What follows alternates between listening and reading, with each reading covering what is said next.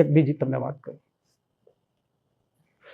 જ્યાં જ્યાં સાકાર અને નિરાકાર પ્રથમનું 45મું હોય, પ્રથમનું 66મું હોય, અંત્યનું 30મું હોય, જ્યાં જ્યાં સાકાર નિરાકારની વાત આવી ત્યાં ત્યાં મહારાજે મૂર્તિના તેજને સચ્ચિદાનંદ બ્રહ્મ, બ્રહ્મ સત્તારૂપ તેજ, બ્રહ્મરૂપ તેજ એવા શબ્દો વાપર્યા. આખું વચરાણ હું તમને આપ આપું, તમારે ઘેરે જોઈ લેજો. ક્યાંય મૂર્તિના પ્રકાશને અક્ષરરૂપ તેજ કહ્યું હોય તો મને બતાવો.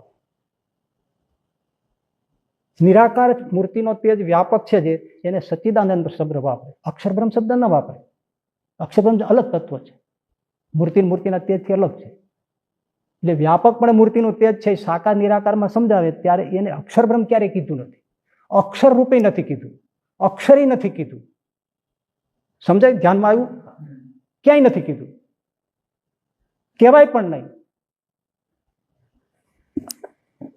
અહીંયા છેલ્લો ફકરો વાંચો, એમાં મહારાજ કહે છે જે તેજની વિશે મૂર્તિ છે તેજ આ પ્રત્યક્ષ મહારાજ છે એમ જાણજો. અને જો એમ ન જણાય તો એટલું તો જરૂર જાણજો છે અક્ષર રૂપ જે તેજ તેની વિશે જે મૂર્તિ છે તેને મહારાજ દેખે છે. અક્ષર રૂપ તેજ કહ્યું. તમને ટપો નથી પડતો ને? અક્ષર રૂપ તેજ કહ્યું એટલે અક્ષર બ્રહ્મ થાય. સચ્ચિદાનંદ બ્રહ્મ કહે તો મૂર્તિનું તેજ થાય, બ્રહ્મ સત્તા રૂપ તેજ કહે તો મૂર્તિનું તેજ થાય. પણ અક્ષર રૂપ તેજ કયો એટલે અક્ષર બ્રહ્મ થઈ જાય. અક્ષર બ્રહ્મ કયો એટલે તરત અક્ષર બ્રહ્મ થઈ જાય. અક્ષરધામ કયો એટલે તરત અક્ષરધામ થઈ જાય. મૂર્તિના તેજને અક્ષરરૂપ ન કહેવાય, એને સચ્ચિદાનંદ બ્રહ્મ તેજ કહેવાય, સચ્ચિદાનંદ બ્રહ્મ કહેવાય, પણ એને અક્ષરરૂપ તેજ ન કહેવાય. કારણ દિવાનને રાજા કહેવાય, રાજાને દિવાન ન કહેવાય. પુરુષોત્તમની નીચે અક્ષર છે. દિવાન આવ્યા હોય, તમે ઘેરે પધાર્યા હોય, તમે એમ કહી શકો આવો રાજા સાહેબ, નો પ્રોબ્લેમ. રાજા પધારે ને તમે એમ કહો આવો દિવાન સાહેબ, રાજાને દિવાન ન કહેવાય. એમ ભગવાનની મૂર્તિના તેજને અક્ષરરૂપ તેજ ન કહેવાય. એ રાજાને દિવાન કીધા બરાબર અપરાધ લાગે. હવે સમજાણું? એને અક્ષરરૂપ તેજ ન કહેવાય. અક્ષર તત્વ જુદું છે. આખા વચનામૃતમાં મહારાજે મૂર્તિના તેજને માટે અક્ષરરૂપ તેજ વાપર્યું નથી શબ્દ. કારણ કે મૂર્તિના તેજને અક્ષરરૂપ તેજ ન કહેવાય, રાજાને દિવાન ન કહેવાય. અક્ષર જુદું તત્વ છે. મૂર્તિના તેજને માટે જ્યાં જ્યાં શબ્દ વપરાયો ત્યાં ત્યાં બ્રહ્મરૂપ તેજ, બ્રહ્મ સત્તારૂપ તેજ, સચ્ચિદાનંદ બ્રહ્મ એવા શબ્દો વાપર્યા છે.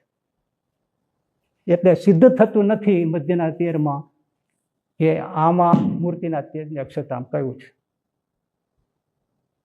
કેટલી વખત મહારાજે ફોડ પાડીને કેવું છે કે અક્ષર બ્રહ્મ એ અમારે રહેવાનું ધામ છે.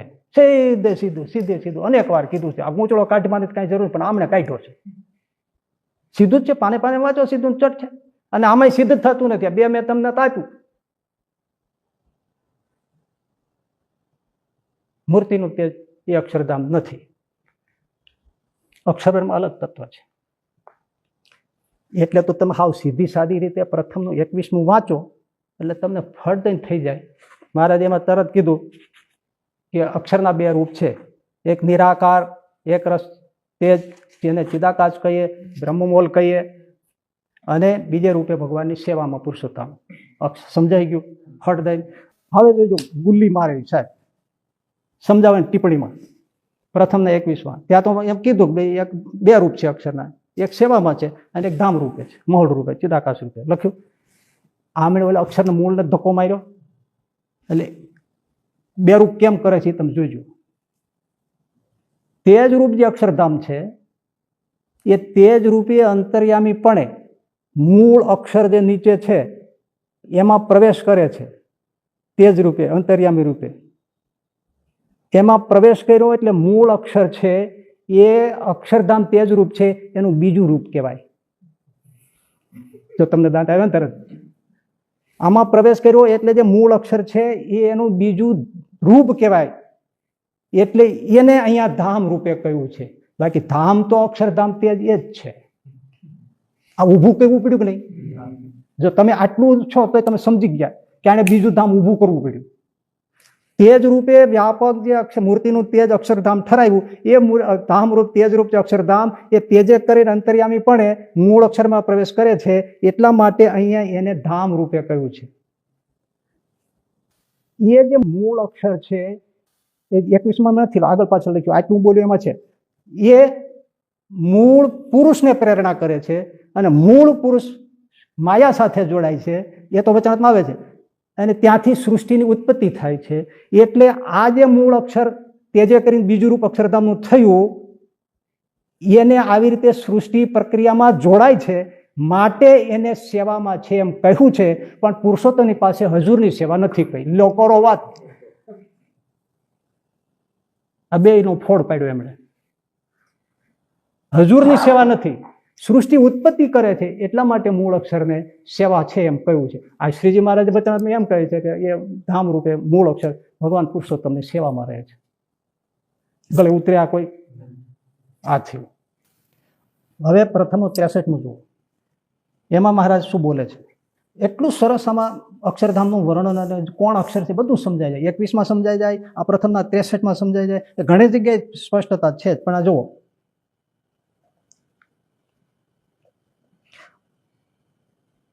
અને વિરાટ પુરુષ તેમના સ્વામી જે પુરુષોત્તમ ભગવાન તેનું ધામ જે અક્ષર, જોજો, વિરાટ પુરુષ તેમના સ્વામી જે પુરુષોત્તમ ભગવાન તેનું ધામ જે અક્ષર, જેને વિશે એવા અનંત કોટી બ્રહ્માંડ તે એક એક રોમ પ્રત્યે અણુની પેઠે ઉડતા ફરે છે, એવું જે ભગવાનનું ધામ છે.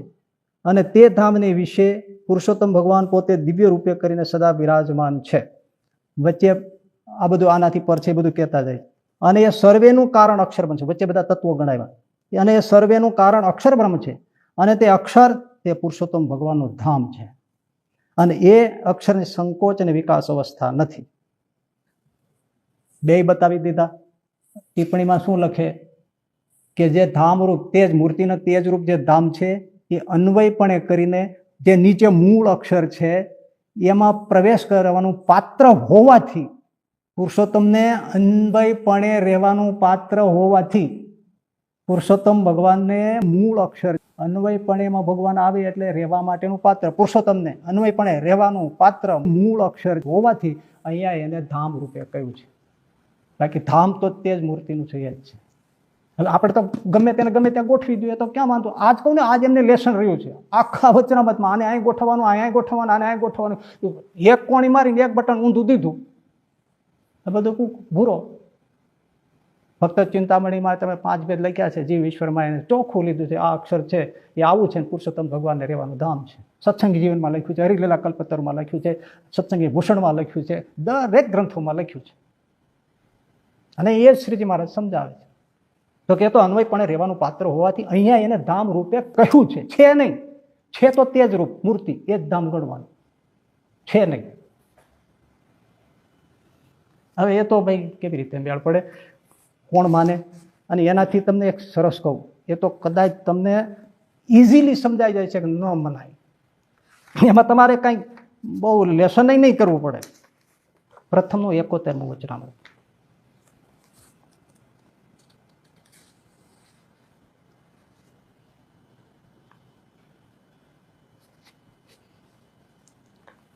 પછી શ્રીજી મહારાજ બોલ્યા 71મું, ભગવાન જીવના કલ્યાણને અર્થે જ્યારે મૂર્તિ ધારણ કરે છે ત્યારે પોતાનું જે અક્ષરધામ અને ચૈતન્ય મૂર્તિ એવા જે પાર્ષદ અને પોતાના જે સર્વે ઐશ્વર્ય તે સહિત જ પધારે છે પૃથ્વી પર. પણ એ બીજાના દેખ્યામાં આવે નહીં. હવે સાંભળજો. અને જ્યારે કોઈ ભક્તને સમાધિને વિશે અલૌકિક સ્થિતિ થાય છે ત્યારે તેને ભગવાનની મૂર્તિને વિશે કોટી કોટી સૂર્યના સરખો પ્રકાશ ભાસે છે. જો પ્રકાશ આવ્યો, મૂર્તિનો પ્રકાશ. અને અનંત કોટી જે મુક્ત તે પણ મૂર્તિ ભેળા ભાસે છે. અનંત કોટી કોટી સૂર્યનો પ્રકાશ, સરખો પ્રકાશ, એ પણ મૂર્તિ ભેળો ભાસે છે. અનંત કોટી મુક્ત જે તે પણ મૂર્તિ ભેળા ભાસે છે. અને અક્ષરધામ પણ એ ભગવાનની મૂર્તિ ભેળું ભાસે છે. તે જ એને અક્ષરધામ બે જુદા પડી ગયા. હવે આમાં કાંઈ રહ્યું? મૂર્તિનો પ્રકાશ એમણે કીધું કોટી કોટી સૂર્યના સરખો પ્રકાશ ભાસે છે, મૂર્તિ ભેળો. અનંત કોટી મુક્ત મૂર્તિ ભેળા ભાસે છે. અને જે અક્ષરધામ પણ એ ભગવાનની મૂર્તિ ભેળું ભાસે છે. હવે આમાં તમને બાપ કાંઈક દેખાય છે કે આમાં મૂર્તિને અક્ષરધામ નથી કીધું? મૂર્તિના તેજને અક્ષરધામ કીધું દેખાય. ત્રણેય જુદા પાડી દીધા. મુક્તોને જુદા પાડ્યા, ધામને જુદું પાડ્યું અને મૂર્તિના તેજને જુદું પાડી દીધું મહારાજે 71માં વચનામૃત. આ ત્રણેય જુદા છે. હવે આમાં ધામ અને તેજ ક્યાં રહ્યું? તમે કેવી રીતે ઠરાવી શકો? કેમ ખીલો ઠોકીને તમે કહી શકો કે મૂર્તિનું તેજ હતું એ ધામ છે? મહારાજ મૂર્તિનું તેજ ગણાવ્યું અને મહારાજ અક્ષરધામ ગણાવ્યું. એવું ને એવું લોયાના તેરમાંય છે, પણ અત્યારે નો ટાઈમ. પણ હું તમને આમાં તમને પૂરેપૂરું સમજાઈ જાય છે એટલા માટે હું તમને ઇતિ એલમ સમાપ્ત કરવા માંગુ છું. આગળ વાત છે પણ આ પૂરું કરવા માંગુ છું.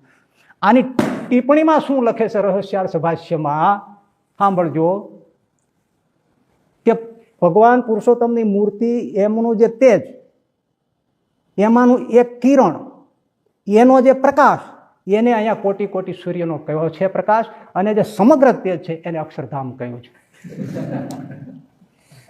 આ કોને ગળે ઉતરે? આવું સાંભળેલું ગળે કોને ઉતરે? એક કિરણને પ્રકાશ કયો, સમગ્ર પ્રકાશ છે એને ધામ કહ્યું છે. બાકી ધામ તો મૂર્તિનું તેજ એ જ છે. તમને ગળે ઉતરે આમાં? હે ભાઈ, આ ઉતરતું હતું હું તમારા પ્રશ્નો જવાબ દેવા તૈયાર છું. એક કિરણ ક્યાંય સત્સંગી જીવન ભૂષણ આ તે વચરાંત હરેલીલામાં ક્યાંય તમને આવતું હોય એક કિરણને છૂટું પાડીને એમાં મૂર્તિનો પ્રકાશ પ્રગટ કરતા હોય અને એ મૂર્તિ તેજરૂપ જે ધામ છે એ પોતાના પ્રકાશથી અન્વયપણે મૂળ અક્ષર જે છે એમાં પ્રવેશ કરે પછી એને બીજું ધામ કહેવાય. અને એ ધામ પછી એને ઉત્પત્તિ જેવું છે એ તો પોતે જ કરતા નથી, પ્રવેશ મૂળ પુરુષમાં કરે, એ પછી ઉત્પત્તિ કરે, એટલે આને સેવા કહી છે. બાકી હજુરની સેવા નથી કહી. પછી વ્યાખ્યાનોમાં બધા એમ કહેવા માંડે છે કે એને તો દર્શનય નથી, અક્ષરને કાંકરો કાઢી નાખ્યો, એ આનું નામ દર્શને નથી પુરુષોત્તમ. કારણ કે હજુરની સેવા જ હજુર શું સામે ઊભા હોય ત્યારે વચરામૃત એમ કે છે હજુરમાં ઊભા છે. બે રૂપ છે, એક હજુરમાં ઊભા છે પુરુષોત્તમની પાસે અને એક ધામ રૂપે સર્વને ધારી રહ્યા છે નિરાકાર. એ બે રૂપ છે. આ કે ત્યાં છે જ નહીં, અને પ્રવેશ જ નથી, દર્શન જ નથી. એ તો મૂળ પુરુષને પ્રેરણા કરે અને સૃષ્ટિની ઉત્પત્તિ થાય. એ સૃષ્ટિની ઉત્પત્તિ કરવી એ સેવા કહી છે. ત્યાં ઊભો રહીને હજુરની સેવા તો અક્ષરને મળતી નથી, દર્શન જ નથી, ક્યાંથી મળે સેવા? આનામાં ક્યાંય આવે છે હિસાબમાં? સાચું સમજાતું જ કહેજો. હવે હું તમને અમુક સમજાવવા માંગુ છું, હવે જાજુ નથી. આટલું આ છે ઝીણું છતાંય તમને રસ આવ્યો એ મહત્વનું છે. જોકે આમ સરસ વાતો છે એટલે રસ તો આવે જ. હું પ્રશ્ન એ કરું છું કે ઈશ્વર ચરણદાસજી સ્વામીએ આવું કર્યું શું કામ? હવે એ તમને હું કહું શું કામ કર્યું? What is the meaning of ધ્યાન? આની પાછળનો અર્થ શું છે? પહેલું કે અક્ષર બ્રહ્મ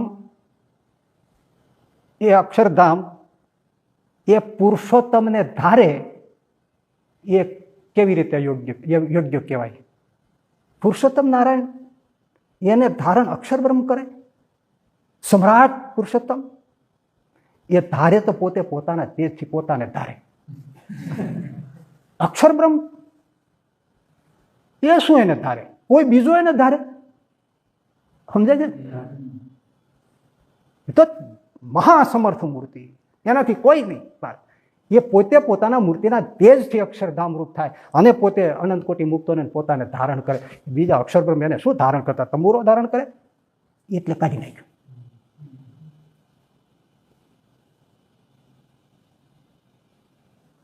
હકીકત એવી છે કે પુરુષોત્તમ અક્ષર બ્રહ્મની સેવા લે છે. વંદુનું બાચો બ્રહ્માંડ સ્વામી શું કે? જે હરે અક્ષર બ્રહ્મ આધાર કે પાર કોઈ નવ લહેરેલો. એ અક્ષરનો આધાર છે પણ સેવા લે છે. વચરામૃત 71માં જ એ વાત બધી કરી છે કે પૃથ્વી એને ધારણ કરે છે પણ એ તો પૃથ્વીના આધાર છે. સૂર્યચંદ્રના પ્રકાશે દર્શન થાય છે પણ તો સૂર્યચંદ્રના પ્રકાશના દાતા છે. અક્ષર બ્રહ્મના એ અક્ષર બ્રહ્મ ધારે છે પણ એ તો અક્ષર બ્રહ્મને પોતાને તેજે કરીને ધારે છે. મારે ન છૂટકે લેવું પડશે. લોયાનું 13મા વચનામૃતમાં એમ છે મહારાજે કહ્યું કે પોતે ધારે તો અનંત કોટી મુક્તોને અક્ષરધામ વગર પોતાના સામર્થ્યથી ધારણ કરવાને સમર્થ છે. અને જે અક્ષરધામને વિશે રહ્યા છે એ અક્ષરને પણ પોતે લીન કરીને પોતે સ્વરાટ થકા વર્તવા સમર્થ છે. આ પોતે લખ્યું છે. એમના જ વસ્તુ મારે નહોતું કેવું તોય મારે લેવું પડ્યું. જો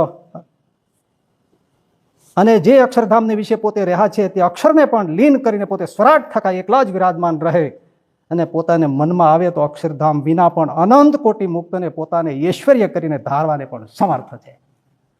હવે લખ્યું છે.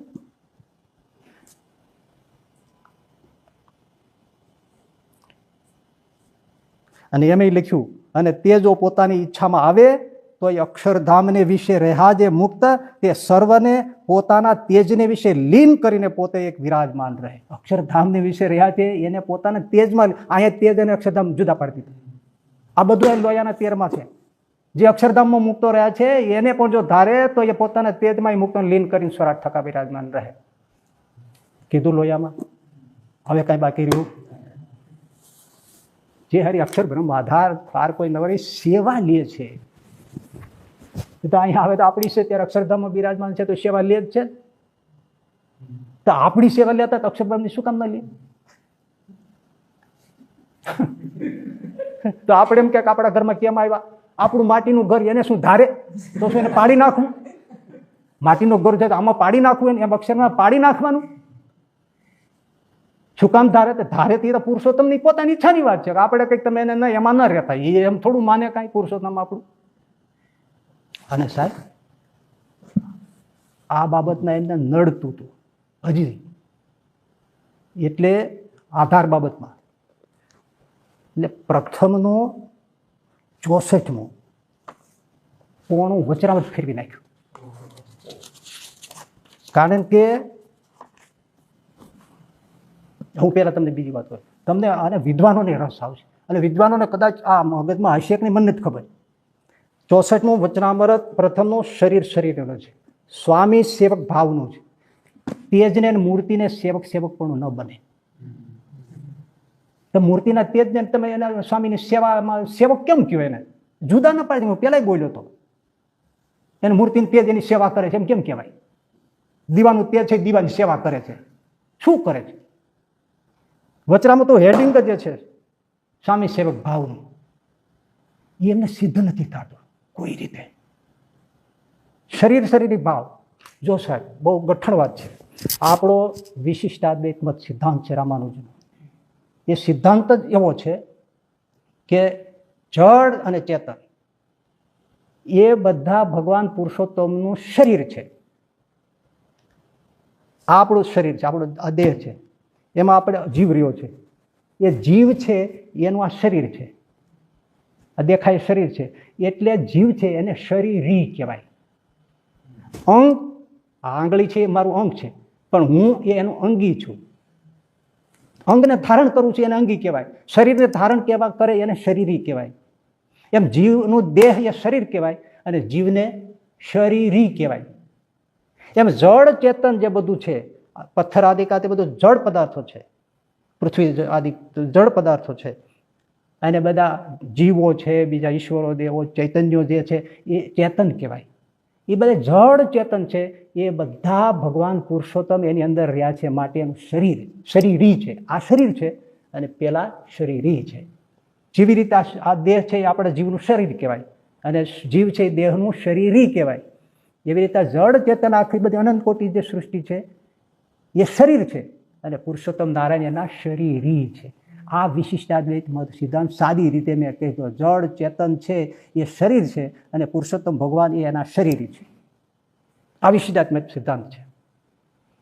એ વિશિષ્ટાદ્વૈત મત સિદ્ધાંતનું આખા વચનામૃતમાં મૂળ હાર્દરૂપ વચનામૃત હોય તો પ્રથમનું 64મું છે.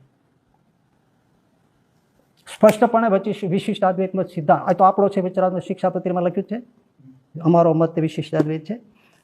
હવે આમાં જેને બદલી નાખ્યું. પહેલા તો શરીર સમજાઈ ગયું ને આ કેમ છે. હા, પુરુષોત્તમ એવા જે ભગવાન તેનું શરીર આત્મા અને અક્ષર છે. જો ડખો થાય છે એમને. આત્મા અને અક્ષર છે એમ શ્રુતિએ કહ્યું છે, વેદમાં કીધું છે કે આત્મા અને અક્ષર એટલે આ બધા જીવો અને અક્ષર પોતે એ ભગવાનનું શરીર છે, ભગવાન એના શરીરી છે. આપણે દેહ જેમ શરીર છે, પુરુષોત્તમ શરીર છે. અમે વેદે કહ્યું છે, ઉપનિષદે કહ્યું, શ્રુતિએ કહ્યું છે. તે આત્મા અને અક્ષર તો વિકારે રહિત છે ને આત્મા અને અક્ષરને વિશે કોઈ હે ઉપાધિ નથી. એમ ભગવાન માયા થકી પર છે, તેમ આત્મા અને અક્ષર પણ માયા થકી પર છે. એવા જે આત્મા અને અક્ષર તે કેવી રીતે ભગવાનનું શરીર કહેવાય છે? કેમ જે જીવનું શરીર તો જીવ થકી અત્યંત વિલક્ષણ છે, વિકારવાન છે, અને દેહી જે જીવ એટલે શરીરી તે નિર્વિકારી છે. માટે દેહ અને દેહીને તો અત્યંત વિલક્ષણ જુદાપણું જોઈએ, એક જળ હોય ને એક ચેતન હોય. તેમ પુરુષોત્તમને પુરુષોત્તમનું શરીર એવા જે આત્મા અને અક્ષર તેને વિશે તો અત્યંત વિલક્ષણપણું એટલે જુદાપણું કંઈક અલગપણું જોઈએ. તો એ કહો કેમ છે, કેટલો અઘરો પડે. આ વિશિષ્ટાદ્વૈત સિદ્ધાંતનું વચનામૃત છે, મૂળ હાર્દરૂપનું. અત્યાર સુધી કોઈ પંડિતે કહ્યું છે કે નહીં એ મને ખબર નથી. આ વચનામૃત મેં વિવેચન કર્યું ત્યારે હું કર્યું મને ખબર નથી, અત્યારે યાદ નથી. ત્યારે સર્વ મુનિએ જેની જેવી બુદ્ધિ તેણે તેવો ઉત્તર કર્યો, પણ યથાર્થ ઉત્તર કોઈથી થયો નહીં.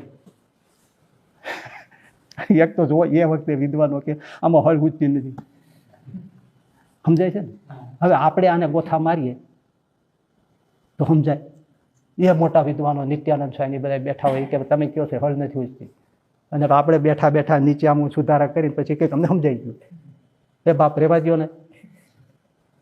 પછી શ્રીજી મહારાજ બોલે લેવનો ઉત્તર કરીએ. આત્માને અક્ષર છે બેને જે પુરુષોત્તમ ભગવાનનું શરીર તે તો વ્યાપ્યપણું, આધીનપણું, અસમર્થપણું તેને કરીને છે.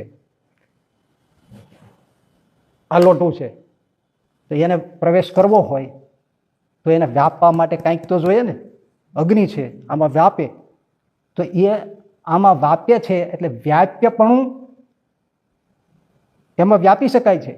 આધીનપણું એ કોઈના કબજામાં છે, અસમર્થ છે, એટલા માટે એને આત્માના અક્ષરને શરીર કહેવાય. કેમ કે આત્માના અક્ષર પુરુષોત્તમને વ્યાપક માટે વ્યાપ્ય થાય છે, એને આધીન છે, અને પુરુષોત્તમની આગળ આત્માના અક્ષર અસમર્થ છે. અસમર્થ છે, આધીન છે, એની ચોટલી આના હાથમાં છે આત્માના અક્ષરની, અને એમાં પુરુષોત્તમ વ્યાપક થાય છે, વ્યાપી શકે એવું વ્યાપ્ય તત્વ છે આત્માના અક્ષર. એ રીતે એનું શરીર છે. આમાં આપણા શરીરમાં જીવ આ વ્યાપ્ય થયો જ છે ને, એટલે શરીર કહેવાય છે. આમાં ન હોય તો કેવી રીતે એને કેવો આત્મા વ્યાપક થયો છે. હવે આ જે સિદ્ધાંત છે ને એ વિશિષ્ટાદ્વૈત છે. એટલે વ્યાસ સૂત્ર ભગવાન વેદ વ્યાસે જીવ અને માયા એને ભગવાન સાથે શું સંબંધ છે એ સમજાવતા જે સૂત્રો એટલે વાક્યો લખ્યા એને બ્રહ્મસૂત્ર કહેવાય છે.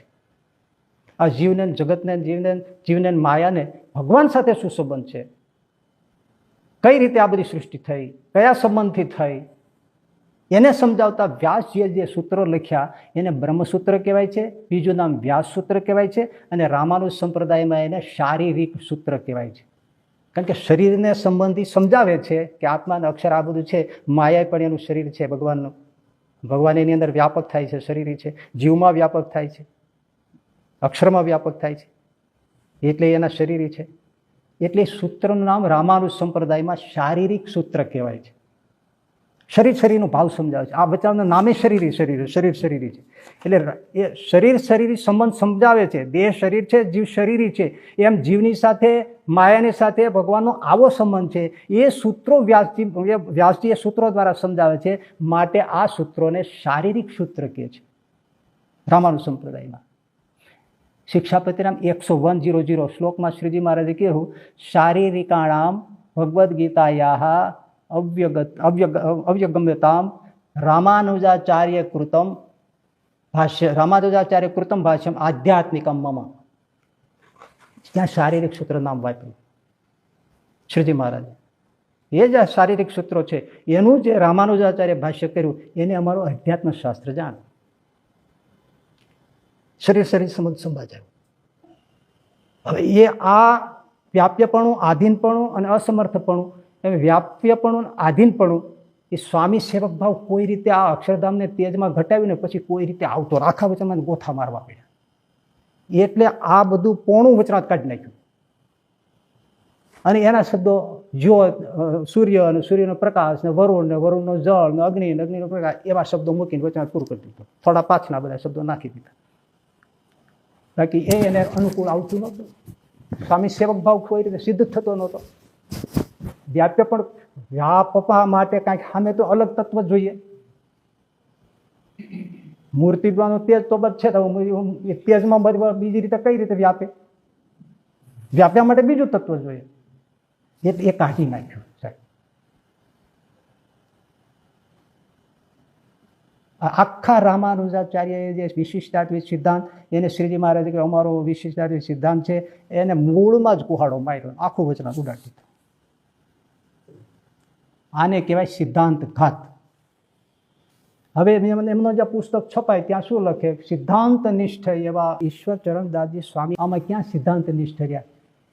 વિશિષ્ટાદ્વૈત મત કાપી નાખ્યો આખો.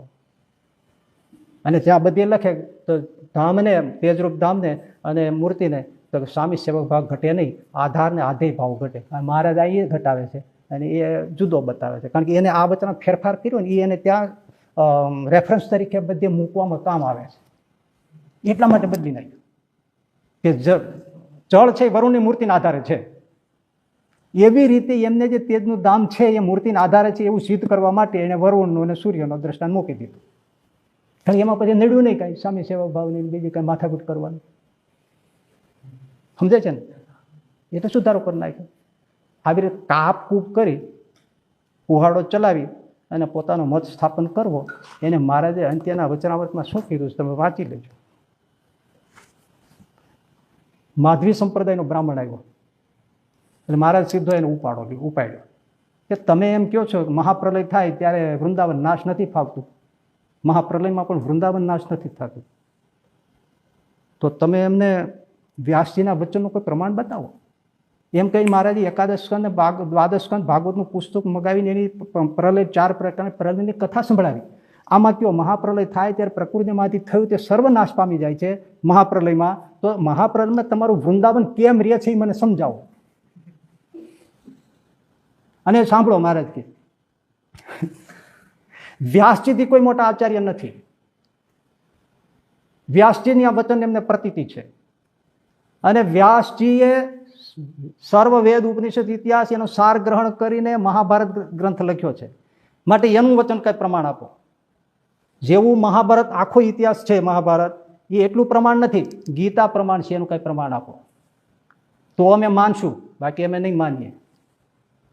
અને જુઓ બીજા જે આચાર્યો થયા છે મહારાજ બધું કહે છે, આ એમને એ વખતે પણ આ મુકાબલો સહન કરવો પડ્યો છે, આ ગાંધમેલનો એટલે બોલે છે. બહુ સ્પષ્ટ સરસ વાત છે ભાઈ. આ ગાંધમેલનું એમને મહારાજને નજરમાં આવ્યું છે, ભગવાન છે આજે બોલે છે કે બીજા જે આચાર્ય થયા છે એમણે પોતપોતાનો મત સ્થાપન કરવા માટે પદ્મ પુરાણમાં વધારાના શ્લોક નાખીને સ્થાપન કર્યો છે, માટે એ તો એના હોય એ માને, બીજા ન માને. આ નાખીને કર્યું કે નહીં, તો એના હોય એ માને, બાકી મહારાજ કે બીજા કોઈ ન માને. એકેય વાત વચનાવતો બહાર છે? હું તમને એમાંથી જ કહું છું, શ્રીજીના વચનોથી જ કહું છું. ઘાલમેલ ક્યારે કરવી પડે એમાં નથી. અને ક્ષેપક નાખ્યું મહારાજ ત્યારે યાદ થતું છે ને કે પદ્મપુરાણમાં નાખીને કર્યું છે, એમને બતાવો, હોય તાકાત ભાગવતમાં બતાવો, મહારાજ ગીતામાં બતાવો. એવું બળવાન મહારાજ એવા બળવાન કોઈ શાસ્ત્રનું તમે પ્રમાણ આપો તો અમે માનીએ. હવે આપણે તો એને જે કીધું વચનાત્મા મેળ નથી ખાતો, આટલા જેટલા આપણે ગોઈતા એમાંય મેળ નથી ખાતો, તો પછી કેવી રીતે માનવા યોગ્ય? આક્ષેપક છે. અને આપણે પછી એમ કે સિદ્ધાંત નિષ્ઠ હતા, સિદ્ધાંતનો તો કુહાડો મારી દીધો.